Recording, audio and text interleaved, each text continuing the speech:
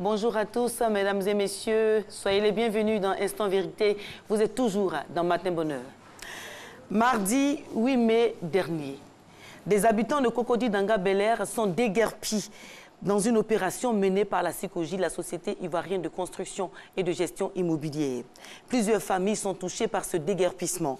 Ne sachant où aller et sans grands moyens, les familles ont décidé de camper sur place au milieu des décombres des maisons détruites.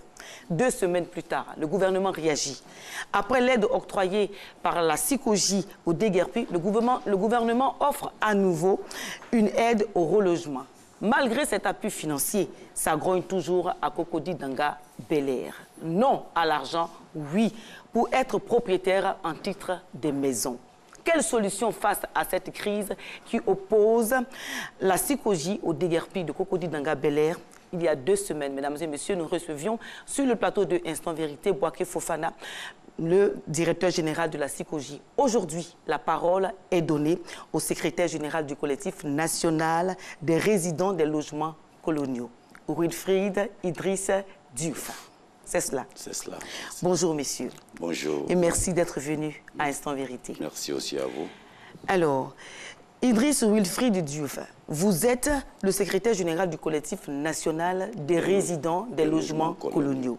Alors, quand est né ce collectif et à quoi répond-il? Ce collectif est né en 2012 parce qu'on avait de sérieux problèmes avec M. Kamara Loukiman qui venait d'être nommé directeur de la SICOGI. Et donc, il nous avait servi des exploits de congé. Et donc, il fallait se réunir pour pouvoir défendre au mieux les problèmes des résidents. Voilà. Alors, donc, maintenant, nous allons essayer de rentrer dans le vif du sujet. Oui. Voilà. Alors, la SICOGI a déguerpi les habitants de Cocody Danga Bel-Air. Et le collectif que vous représentez, tout le monde à Cocody Danga Bel-Air et au-delà proteste. Pourquoi? Oui, parce que le déguerpissement n'est pas normal. Il y a eu abus sur les populations de Cocody Danga Bel-Air. Parce que 2012, on a reçu des exploits de congé. Lesquels exploits de congé?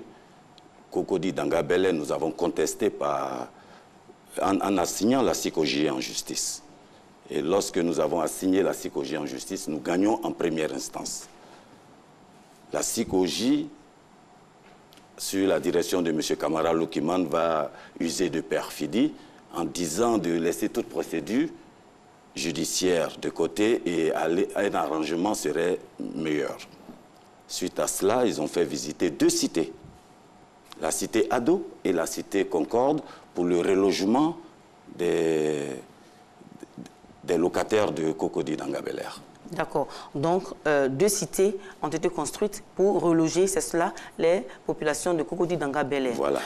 Alors, bon, la question qui vient à l'esprit avant d'aborder cette question-là, c'est quel est le type de contrat qu'il y ait la SICOGI aux habitants de Cocody Danga Bel-Air?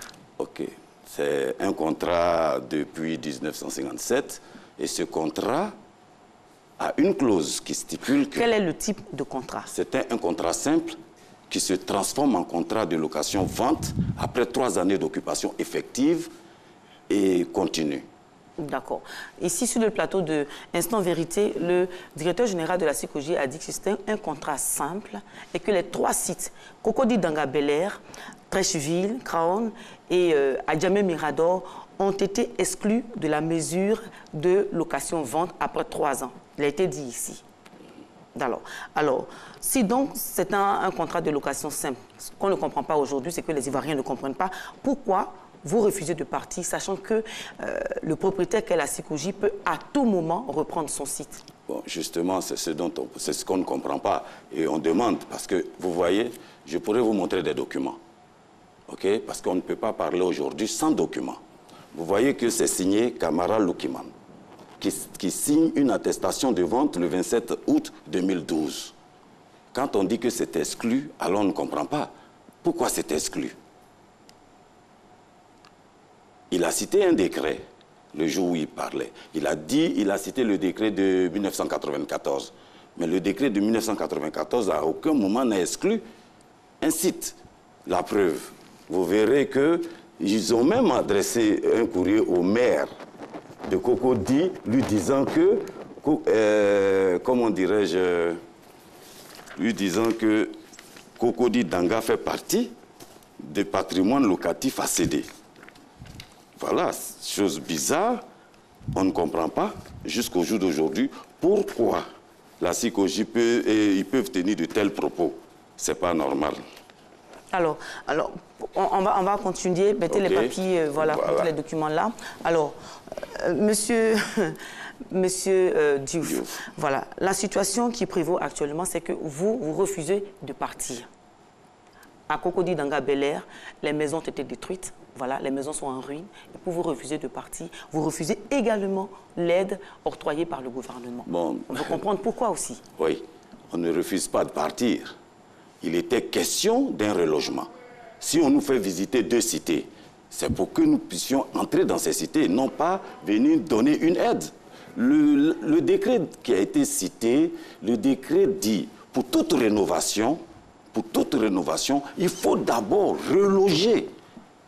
Donc, vous voulez que nous partions avec une aide. On n'a pas parlé d'aide. Mais vous avez dit qu'il y a 2 cités qui ont été construites. Pourquoi vous n'avez pas intégré ces cités? Qu'est-ce qui s'est passé? Mais justement, c'est ce dont je parle. C'est dit que la CICOJ avait pour obligation de nous reloger avant de déguerpir.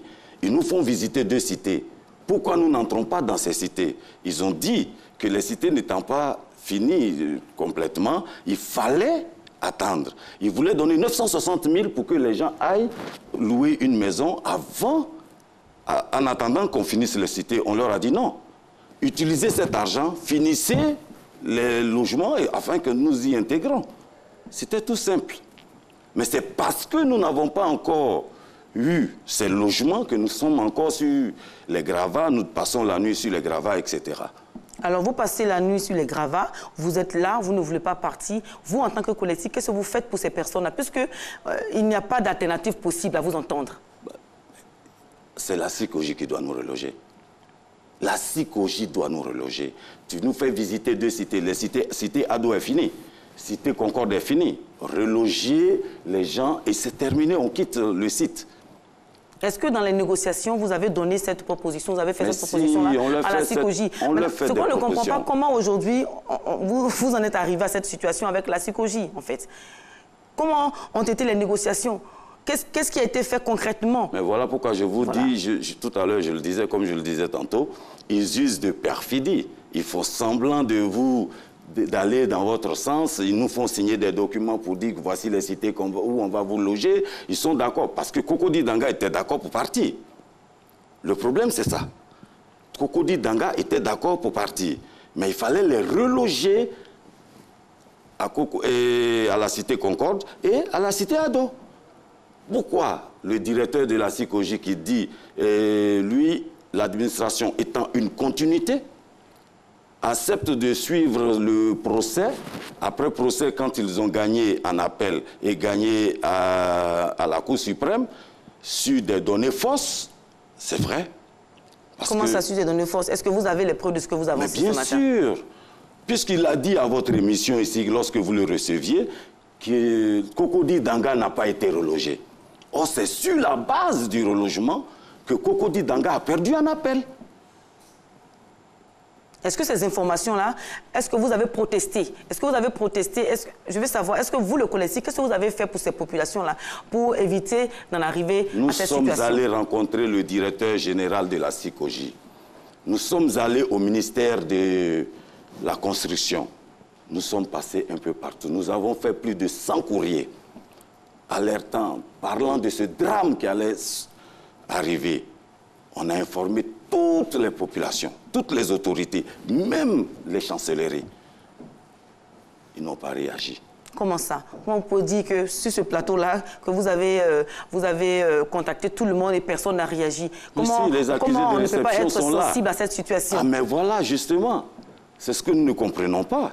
C'est dit qu'on a saisi toutes les autorités. Oui, toutes les autorités ont été informées. Nous avons écrit et nous avons fait des relances de courrier. Ils n'ont pas réagi. Nous sommes allés jusqu'à rencontrer le président Bédié. Nous sommes allés rencontrer la Chambre des rois et chefs traditionnels à Yamoussoukro. Ah oui, on va s'occuper de cela, on verra. Mais au ministère de la Construction, on a rencontré le directeur du logement, M. Dibeno Firmin. Et voilà ce qu'il nous a dit. Le sort de Cocody Danga est scellé.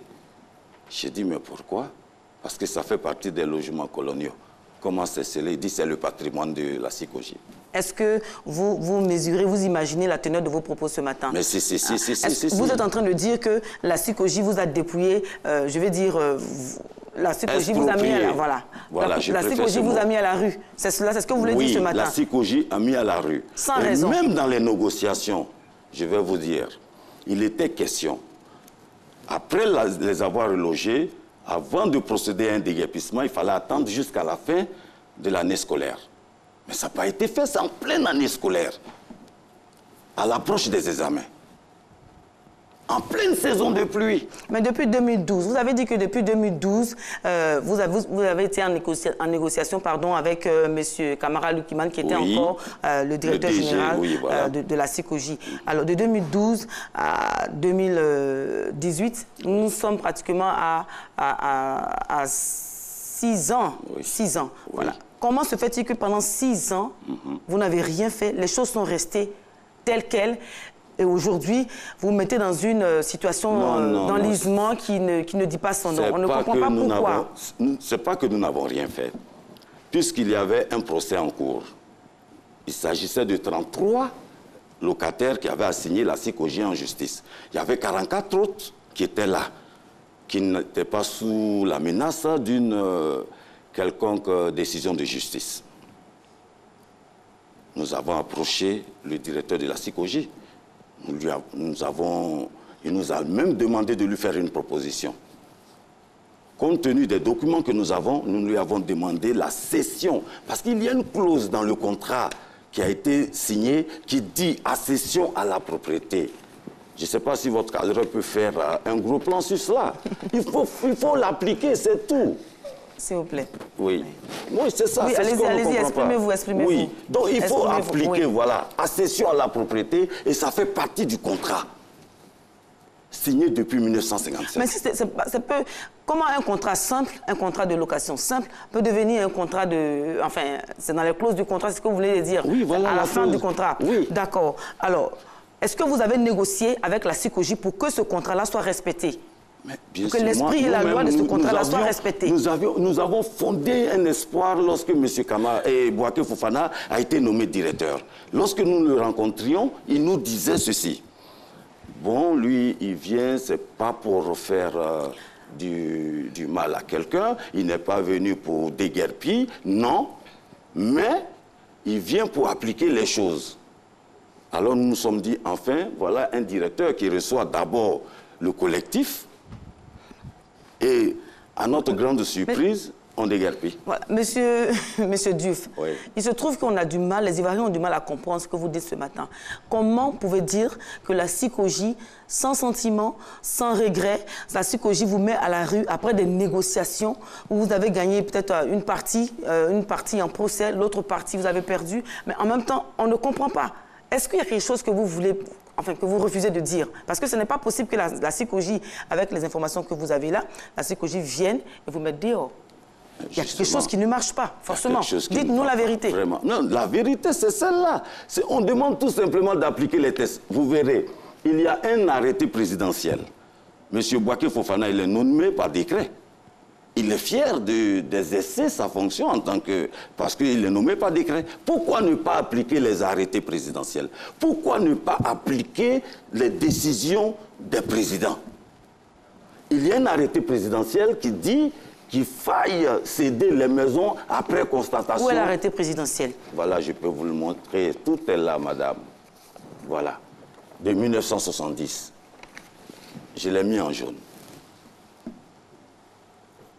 Alors donc, qu'est-ce qui s'est passé? Pourquoi? Dites-nous, qu'est-ce qui s'est passé avec la SICOJ? Comment vous avez pu négocier? Je veux dire, c'est une mauvaise négociation de votre part. Comment vous avez pu négocier Non, ce n'est pas une mauvaise négociation, c'est une mauvaise foi des directions de la SICOJ. Non, je vous en prie, je vous en prie. Vous ne pouvez pas venir ici sur ce plateau pour dire que la SICOJ use de mauvaise foi. Non. OK. Comment avez-vous mené les négociations? Est-ce que le président de la République est saisi de cette situation? On lui a écrit. Nous avons envoyé plus de 5 courriers au président de la République. Nous avons les accusés de réception. Nous avons écrit au président de l'Assemblée. Nous avons écrit à la grande chancelière. On a écrit à tout le monde pour se faire entendre. Mais aujourd'hui, oui, en attendant que les maisons, les cités Ado, Ayopougon, Cocody, Ayopougon, Alamaka et PK18, voilà, soient construites ou encore, je ne sais pas à quel niveau se trouvent les travaux. Alors, mais le gouvernement vous offre, je reviens sur cette question, une aide au relogement, une mesure transitoire. Vous refusez cette mesure-là. Non, on n'a pas refusé. Manifestement, vous avez refusé, s'il vous plaît. On n'a pas refusé. Vous avez refusé. Nous avons demandé plutôt au gouvernement, au ministre de la Construction, d'utiliser les 1 million qu'il nous donne pour nous trouver des logements décents et nous irons. Mais là, actuellement, voilà, les 1 million, mais là, actuellement, qu'est-ce que vous faites? On vous donne les 1 million. Vous partez ou vous restez sur le site de Cocody Dangabélé? 1 million, madame, avec 1 million, vous ne pouvez pas... Vous savez que c'est des maisons pour économiquement faibles. Il y a au sein de ces logements peut-être 3 familles. Mais moi, j'en appelle maintenant à votre responsabilité. Oui. Si au sein des logements, il y a 3 familles, vous dites que vous êtes en pleine année scolaire. Peut-être que la CICOJ, comme vous le dites, je ne sais pas, vous a déguerpi à la dernière minute. Alors, OK, en pleine année scolaire, en pleine saison des pluies, vous, en tant que collectif, qu'est-ce que vous conseillez à ces parents-là? Ils ne peuvent pas rester sur ce site comme ça. Oui, justement. On se dit, n'ayant nulle part où aller, qu'est-ce qu'il faut faire? D'accord. Nous appelons, à chaque fois nous lançons un appel au président de la République de réagir parce que l'État de Côte d'Ivoire, c'est un droit constitutionnel. Qu'est-ce que vous faites pour soulager les populations déguerpies? Vous, en tant que collectif, qu'est-ce que vous faites? Bon, nous les soutenons comme on peut. Nous venons même les aider à passer la nuit sur les gravats parce que c'est ce que, pour le moment, nous n'avions pas de logement pour eux. Nous n'en avons pas. Nous nous adressons aux autorités ivoiriennes. Et vous voyez, nous sommes allés au ministère de la Construction sur instruction du Premier ministre. Mais vous ne savez pas où les reloger aujourd'hui parce que bien avant cette situation-là, la CICOJ, vous avez négocié avec la CICOJ, elle vous a proposé de vous reloger, le temps de rénover le site, le temps aussi peut-être pour la société de reprendre la main sur les constructions en arrêt peut-être à Ayopougon, à la Maka ou encore à Bobo PK18. Vous avez refusé cette proposition-là. Ils ont arrêté les constructions? Non, c'est à vous de nous dire. Non, ils n'ont pas arrêté, c'est fini. Cité Ado est fini, Cité Concorde est fini. Qu'on prenne les gens, aller dans la négociation, même ils ont dit que tout le monde ne pouvait pas être sur la Cité Ado. Raison pour laquelle ils ont proposé 2 cités. Mais pourquoi vous n'avez pas intégré? Mais c'est ce que nous ne comprenons pas. Pourquoi la CICOJ n'a pas fait intégrer les populations de Danga? Il ne s'agit que de 77 logements. C'est pas compliqué. Je vous donne l'exemple. Craon D à Trècheville, c'est 513 logements. C'est difficile. Mais à Cocody Dangabélé, il s'agit seulement que de 77 logements. Monsieur Diouf, oui. Donc à quand la fin de ce bras de fer avec la CICOJ? Parce qu'on ne comprend pas du tout. On ne peut pas avoir 2 versions, 2 positions aussi extrêmes sans qu'on puisse les réconcilier. Alors à quand donc la fin de ce bras de fer? Les familles sont dans la rue. Oui, voilà pourquoi au cours d'une manifestation, nous avons interpellé le Premier ministre, M. Amadou Gon Coulibaly, qui a donné instruction au ministre de la Construction et celle de la Solidarité. Ils nous ont dit, quand ils nous ont reçus, qu'ils relogeaient les populations de Danga. Nous avons applaudi. On était convaincus que le relogement se serait fait le lendemain. Il a même demandé que les 77 locataires viennent à la tour D, au 26e étage. Nous y étions, à notre grande surprise. Il ne s'agit plus de choses. Ils ont séquestré. Non, s'il vous plaît, vous n'allez pas... C'est ce qui s'est passé. Madame, c'est ce qui s'est passé. Contraindre des gens à signer pour prendre 1 million. On ne peut pas vous contraindre à prendre les millions. La preuve, toutes les informations que nous avons eues, c'est que 44 familles ont accepté d'elles-mêmes de prendre... C'est pas vrai. Oui, ce montant. C'est pas vrai, madame. Alors, qu'est-ce que vous voulez aujourd'hui? Vous voulez... Non, il n'y a pas 44 personnes, il faut rectifier. Il n'y a pas 44 personnes qui ont pris de l'argent. C'est pas vrai. eux-mêmes dans leur communiqué, le communiqué du ministère, ils disent qu'il y a 38 encore qui n'ont pas pris, et eux, chez eux, il y a 40, et il y a 37 qui n'ont pas pris. Bon, Monsieur Diouf, oui. il s'agit aujourd'hui pour vous de trouver une solution à cette situation. Voilà. Alors, nous allons en discuter plus amplement oui. dans d'autres espaces, mais là, aujourd'hui, en tout cas, merci Idriss Wilfried Diouf, merci d'être venu à Instant Vérité pour nous donner ces explications sur le litige qui oppose la CICOJ aux habitants de Cocody Danga Bel-Air. Aujourd'hui, ces familles attendent une chose, c'est que l'État leur octroie des maisons. Oui, voilà, seule alternative conséquente.